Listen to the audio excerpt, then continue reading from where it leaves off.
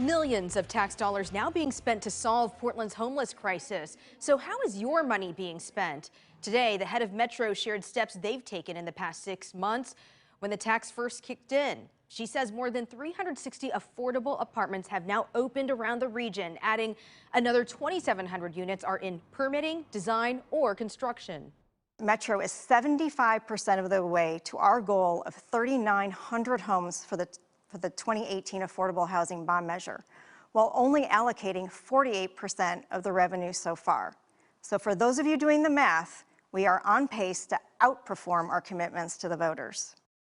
So by June, Metro expects to put 2,500 people into permanent housing. Jennifer Dowling talked to the Metro Council president one-on-one tonight, and she's digging deeper into this issue of shelter beds and how this new tax could make an impact. Jennifer?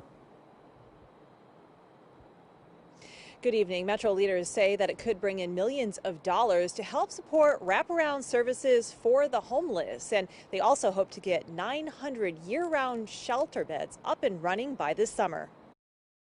There is real progress being made in the last 6 months. Metro Council President Lynn Peterson says with money slated to come in from the Supportive Housing Services tax, hundreds of shelter beds have already come online. 700 in the last 6 months. The tax was approved in 2020, but is just kicking in this tax season. It includes a 1% marginal personal income tax on people earning above $125,000 and $200,000 for joint filers. Peterson says counties got a jump start on adding new shelter beds in anticipation of this money coming in. The counties won't actually be able to reimburse themselves until that revenue comes in.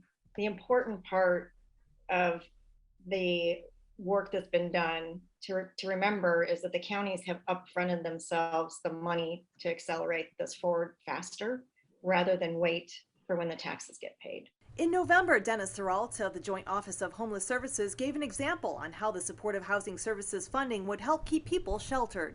The money that the Supportive Housing Services funds is putting into shelters. That's another 400 beds. Some of those are beds that we have open now. They're COVID funded beds. And when the COVID money goes away, we're going to be able to use the Metro dollars to keep those beds open. Metro's Nick Christensen says the facility at Arbor Lodge is another good example. It is a temporary shelter for now, but thanks to the supportive housing measure, it's going to be upgraded to have more permanent facilities. Peterson says beds are also being added in brand new areas. Washington and Clackamas have started from essentially no shelter beds that they oversaw to being able to stand up shelters within their county.